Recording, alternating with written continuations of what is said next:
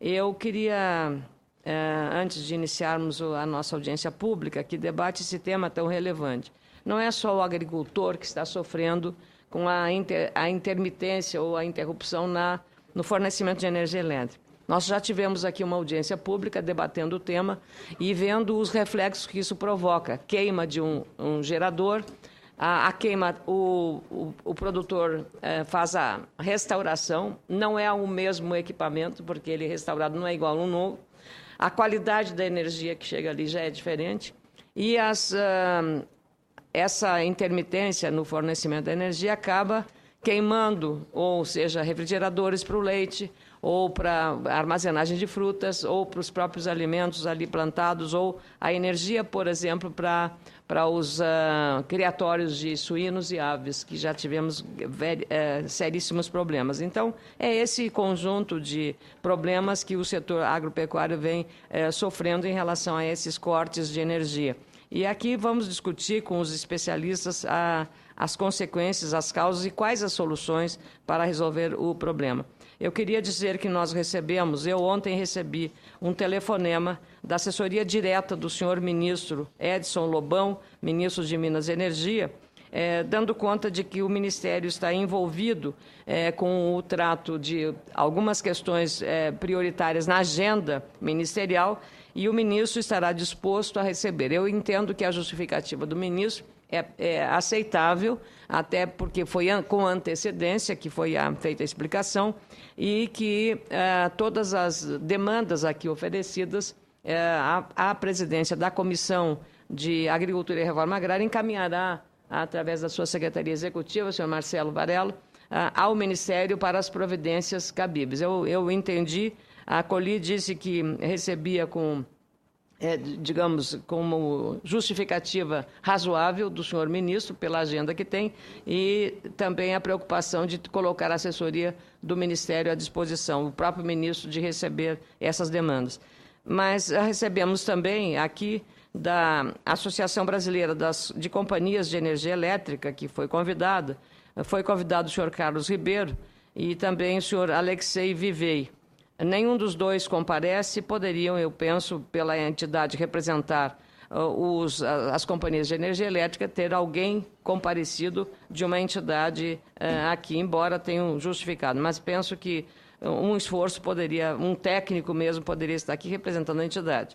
A Casa tem obrigação com o trato dos temas nacionais. Estamos cumprindo com o nosso dever de auxiliar nas questões possíveis que competem ao Poder Legislativo. Assim, consideramos uma falta de apoio da entidade nesse processo. Da mesma forma, eu que tenho recebido da ANEEL, Agência Nacional de Energia Elétrica, sempre destacado a relevância e o profissionalismo dessa agência, fico um pouco desconcertada como presidente desta audiência, da ausência da ANEEL, embora a correspondência que tenhamos recebido da assessoria parlamentar tenha também oferecido a disposição de receber aqui os responsáveis por essa audiência para encaminhar as questões. Mas penso que, como agência reguladora, que está na interface entre o fornecedor da energia e o consumidor da energia, o usuário, que esta agência, como ente público, deveria, sim, aqui estar presente. Mas, de qualquer modo, digo que esperamos que a ANEEL, como das outras vezes, consiga responder adequadamente às demandas que são absolutamente legítimas dos produtores rurais brasileiros que estão sofrendo. Não só os produtores rurais, também os produtores da zona urbana, da mesma forma, pequenas e médias cidades, grandes cidades, estão vivendo os mesmos dilemas. Dito isto, e com agradecimento muito especial ao Marco Olívio de Oliveira, ao Cristiano Palavro, ao José Guilherme Antiloga Nascimento e ao Vadi Charoni Júnior, que aqui comparecem, eu queria agradecer. Dizer-lhes que nós, no Congresso Nacional, estamos numa agenda bastante, já começa a ficar comprometida, em função de ser um ano com agenda complicada. Temos Copa do Mundo, teremos Carnaval já nessa semana aqui, começando o Carnaval, e, evidentemente, isso também tem um impacto sobre sobre a agenda dos viagens dos parlamentares e, da mesma forma, como é uma agenda, é uma audiência transmitida ao vivo pela TV Senado, esse alcance é um alcance muito grande. Então, a relevância disso é o contato direto. Além do mais, a TV Senado, através dos seus órgãos de comunicação com os serviços Alô Senado, os produtores mandam, através desse sistema de comunicação, de Alô Senado, do E-Cidadania, eles podem mandar questionamentos para os nossos palestrantes. Então, eu digo que o alcance disso é muito maior do que se possa imaginar. Então, por isso, eu queria dar essa explicação e agradecer já os nossos convidados. Eu convido para fazer uso da palavra o Marco Olívio de Oliveira, que é da organização da Infracop, a Organização das Cooperativas Infracop. Com a palavra, o Marco Antônio. Senador, Marco Olívio. Agradeço a oportunidade novamente de estar aqui falando sobre o tema, né? E hoje a gente fala de segurança energética em todo o setor elétrico brasileiro, né? Marco, eu só queria... Serão 10 minutos para cada expositora, só para apenas para... Não, obrigado. Eu estou aqui a pedido do Jânio, do presidente Jânio, da Infracop, e estou representando a OCB, a Organização das Cooperativas Brasileiras, né? E a gente vê para as cooperativas, para os pequenos agentes, isso como crucial. Nós que estamos lá na ponta sofremos mais, junto com o produtor rural, junto com os consumidores de baixa renda. Vou contextualizar um pouco como que é o ramo infraestrutura onde estão inseridas as cooperativas de eletrificação. Nós somos na verdade, de distribuição de energia, 65 cooperativas distribuídas nos estados com mais ou menos 800 mil cooperados. Tá? Por favor, a próxima. Nós estamos distribuídos no sul do país, fortemente na região sul do país, Santa Catarina, Rio Grande do Sul, São Paulo, Sudeste também, São Paulo e Mato Grosso do Sul são as principais. Isso é mais ou menos como se desenha, né? Nós somos 6 federações vinculadas à Confederação e todas elas vinculadas à OCB.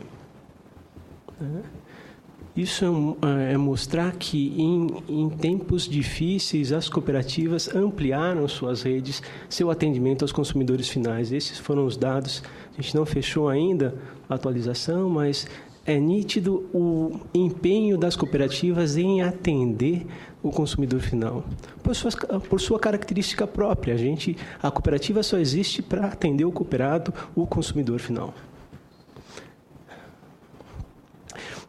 Basicamente, o contexto que se insere a insegurança energética no país, ele é complexo, é muito complexo.